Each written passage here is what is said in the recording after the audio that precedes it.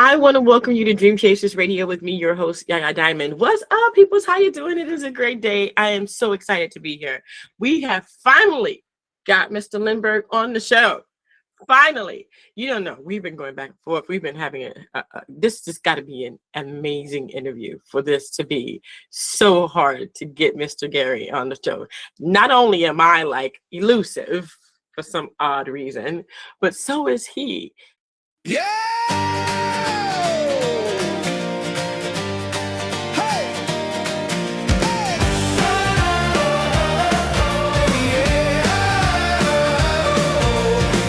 Yaya Diamonds, Dream Chasers, we won't wait. Subscribe today before it's too late. Inspiration flowing just like the breeze. Chase your dreams and feel at ease. Be good. Be very good. And with that, I always have a great interview because we are so excited to be here. And I want to welcome Mr. Lindberg to the show. Thank you so much for joining us. Well, thank you, Yaya. Thank you for taking time to talk with me. I'm delighted to talk with you again. Definitely delighted to talk with you as well. You know, Mr. Lindberg, you're an author, right? I mean, you're an author. Did you ever think that you would have become an author? I mean, was this something you always wanted to do? No, Yaya, I really had no intention of ever becoming an author. But, when I was young, I started having thoughts that other people didn't seem to have. And, for example, I asked myself, well, who created the Bible?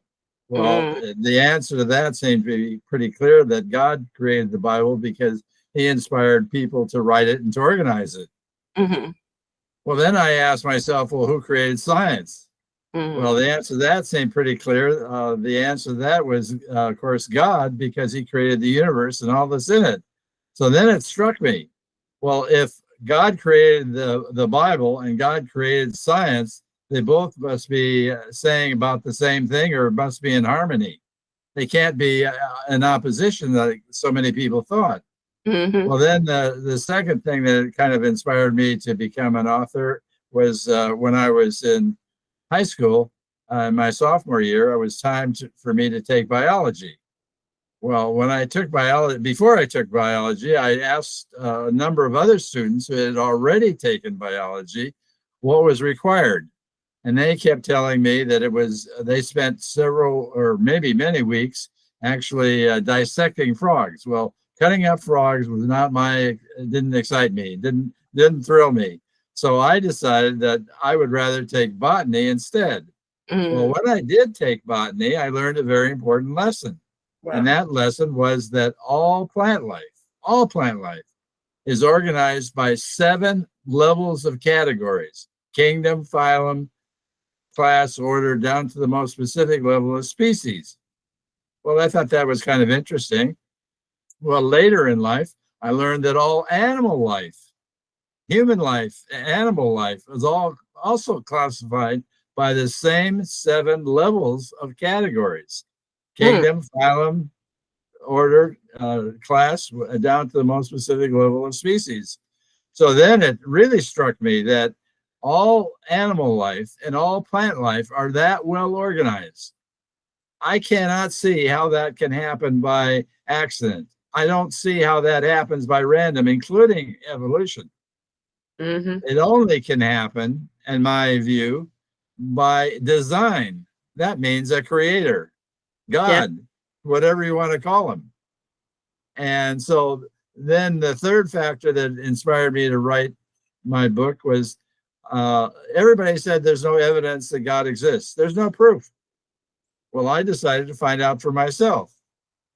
Well, I didn't want to just write a testimony. This is why I believe that God exists, because a lot of other people have done it, and my life is not that exciting to write about. So that was a waste of effort if I tried that.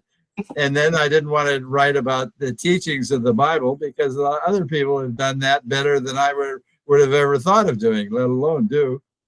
So I had to pick a field or fields of discipline that most people would tend to accept.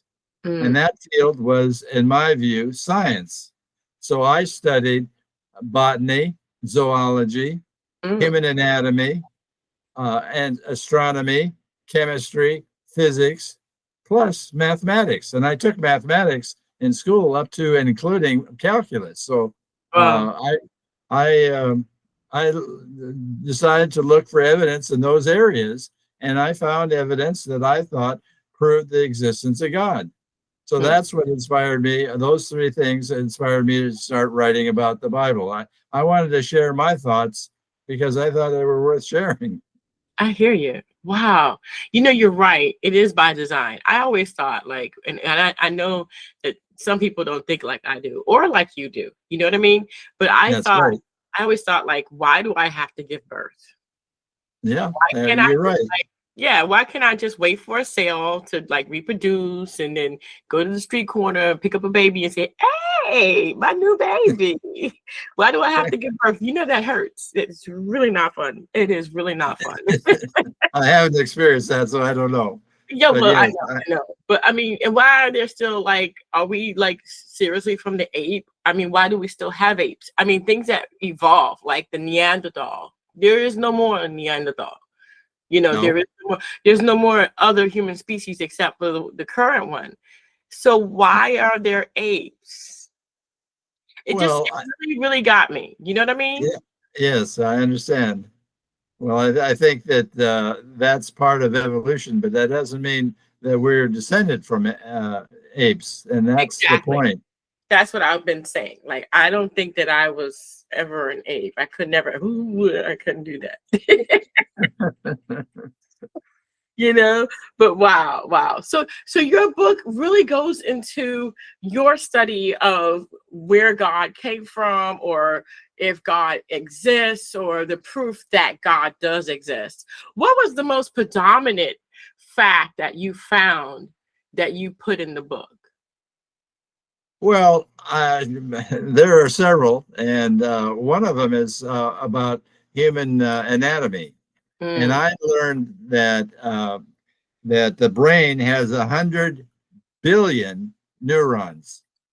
That's I not love a it. little number there. And No, then we also have 1 quadrillion intricate connections, which are called synapses in our brain. wow. And then I studied three areas in particular: the brain, the eye, and the liver. Mm, So that was the brain. The eye, I found out, had 137 million light sensitive cells. And wow. the optic nerve transmits, I should say, a signal to your brain at approximately 300 miles per hour. Now that's mind-boggling. And uh, then Wow. then there's the question of the liver. How in the world would evolution have the mindset to figure out that the body needs a liver to uh, purify the blood that's flowing through our bodies? I don't, and to eliminate the toxins that are in there. So I don't think that happened because of evolution. It happened because it was intentional. And Mm-hmm. if it was intentional, that means there's a creator. And I think these are examples of evidence. And I taught the fact that I mentioned that all plant life and animal life are well organized. That's another thing that struck Yeah. me. So I think those are facts. Wow. What about science? Does science back up any of these? Well, I think science, yeah, I think science does by the very nature of it. You can't perform an experiment in a science lab to prove that God exists. But I thought that Jesus in the Bible told his followers, some of his followers, that if they see dark clouds in the sky, it indicates it probably will rain. Well, that was 2,000 years ago. I suspect that there are a whole lot of human beings since then and today feel the same way. I Yeah. mean, here in California now we got some rain clouds coming. and so it looks like a lot of rain to us. And then another thing is that the American Indians used to hunt. Some of them used to hunt a lot to provide food for the family and the tribe. Well, how did they track the animals? They would see tracks in the ground from maybe deer, bears, maybe buffalo, and they would know from those tracks whether the animal was a mature animal or a young animal. They would know different things about the animal just from the tracks. Well, then archaeologists, they dig up all these dinosaur fossils. They're just skeletons. They're not fully grown and filled out. You know, they're not existing animals. And they find pieces of pottery, and they find remnants of villages. And then they go and they create the picture of the dinosaur that they have found, and they create the village that they have found. And they learn a lot about from the pottery, the kind of life that people were living. And how do they know those things? Those are tracks, basically. And I'm saying that God created tracks as well. And he created the tracks in his different sciences. I just named a half a dozen sciences. I suspect that there are other sciences that will also demonstrate the same thing. After I finished writing the book, I learned that Margaret Geller, who was a woman who was the first person to map the entire universe. And she discovered by doing that and taking the tedious effort to do that and the long, painful effort to do that, that all the stars are in a pattern. They're all organized. Well, how do you get organized by evolution? That doesn't, evolution goes out in space and starts, okay, your star, you go this way, your star, you go that way, and you got to do this way. And, I don't think so. No. And so that I'm just saying that we can learn from what God has given us, and you can relate it to tracks. You can do other things, but I think that those things constitute evidence that we can rely on. Yes, I agree with you, and I agree with you. Like, okay, so organization comes from a deliberate act. I mean, you don't have a supernova and then stars perfectly, or planets perfectly aligned and conducive, and the third one back is the one that is conducive for life. Yes, that's right. I'm trying to think of when that randomly can happen. Yeah, no, I agree. It doesn't make sense. It doesn't, and it's just, to me, it doesn't make any sense that people wouldn't see that this is a design. And even some scientists that I have heard on YouTube were saying how the universe was designed, and they use that phrase, the universe was designed, a lot more often than they used to. Wow. So, but there are some people that say that science conflicts with the Bible. What do you say about that? Well, I think I've already pointed out that I figure that science and the Bible say pretty much the same thing. When you look at the book of Genesis, you see that that God supposedly created the universe and all that's in it in 6 days, and then the seventh day he rested. Well, what is a day? The Bible does not define what a day is. It doesn't. Of course, when we read the word day, because of all the translations, we assume it means 24 hours, and according to our time perspective, the human perspective. But I don't think that's the perspective that counts. The perspective that counts is the perspective of God. Yeah. I suspect that, and that's why I don't see a conflict with science and the Bible, because we're talking about a creator. Even in the Bible, it says something to the effect that a day is 1,000 years. 1,000 years is like a day for God. And when I was young, I learned that a flick of the eye was 1,000 years to God, but or a flick of God's eye was 1,000 years to man, to say it correctly.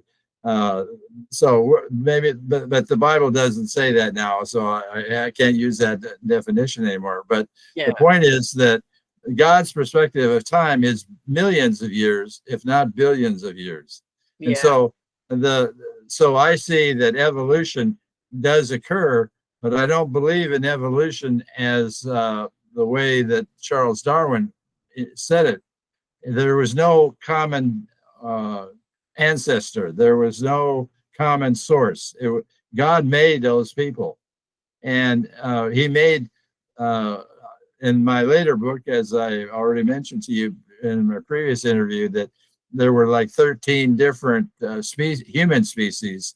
You mentioned Neanderthals and Cro-Magnons, and there were a bunch of others, but one by one, those were eliminated. And why did they go extinct? They just decided, well, I don't think I'll show up for work today. I don't think he said something like that, or they did. But God said, you fulfilled your purpose. Now I don't need you anymore. And that's basically what happened, I think. Yeah. And so in the Bible, we're talking about missing people, and I'm getting into my third book, but we have Cain killed his brother Abel, and then Adam and Eve had another child, Seth, but Cain was expelled, I should say, from the Garden of Eden, and he went to the land of Nod. And when he was in the land of Nod, he married a woman. Now, where did the women come from?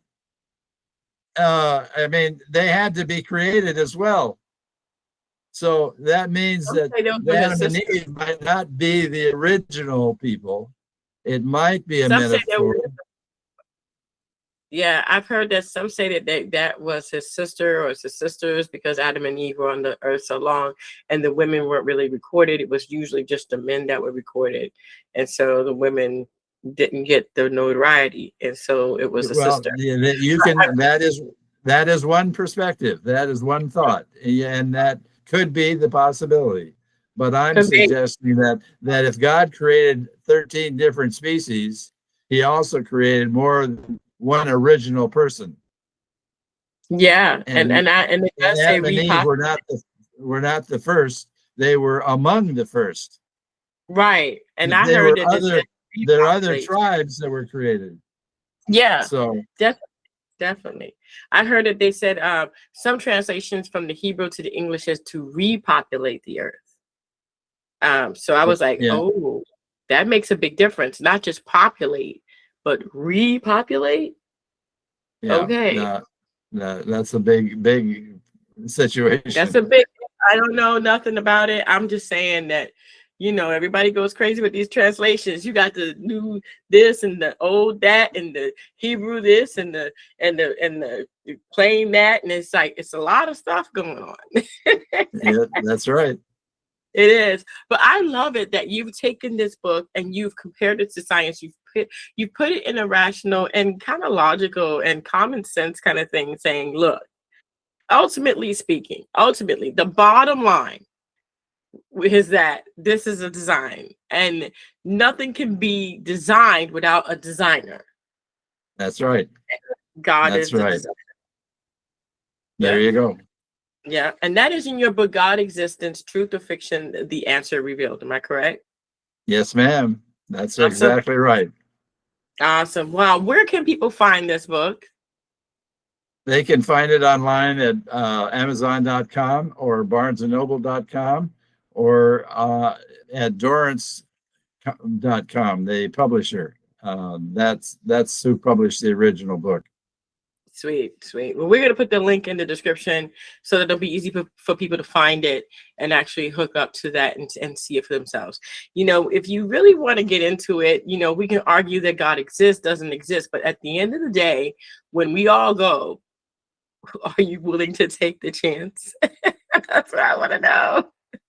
I've not known anyone that was at the end of their life who didn't believe in God, because I had some friends who didn't believe, that did not like secure themselves, saying, look, I don't want to take the chance. If I'm getting ready to meet the creator, I need to be ready. So yeah, I think at the end of it all, understanding and coming into the realization that the creation needs a creator. There you go. There you go. Well, Yes, thank you ma'am. so much. Thank you so much, Mr. Lindberg, for being on the show. I appreciate it. Well, my pleasure. Yeah. It's been a pleasure talking with you again, and I'm excited that you took the time to talk with me. Anytime. As a matter of fact, you have another book, and we're going to have you back on the show. Okay, I'm ready. All right, then. All right. And we thank you guys so much for tuning in. Don't forget to check out that link and see if that's something that you want to check out for yourself. Again, the book's name is God Existence, Truth or Fiction, The Answer Revealed, and that is on Amazon. The link is in the description box wherever you may be watching. And until next time, guys, don't forget to dare to be different. Bye. Thank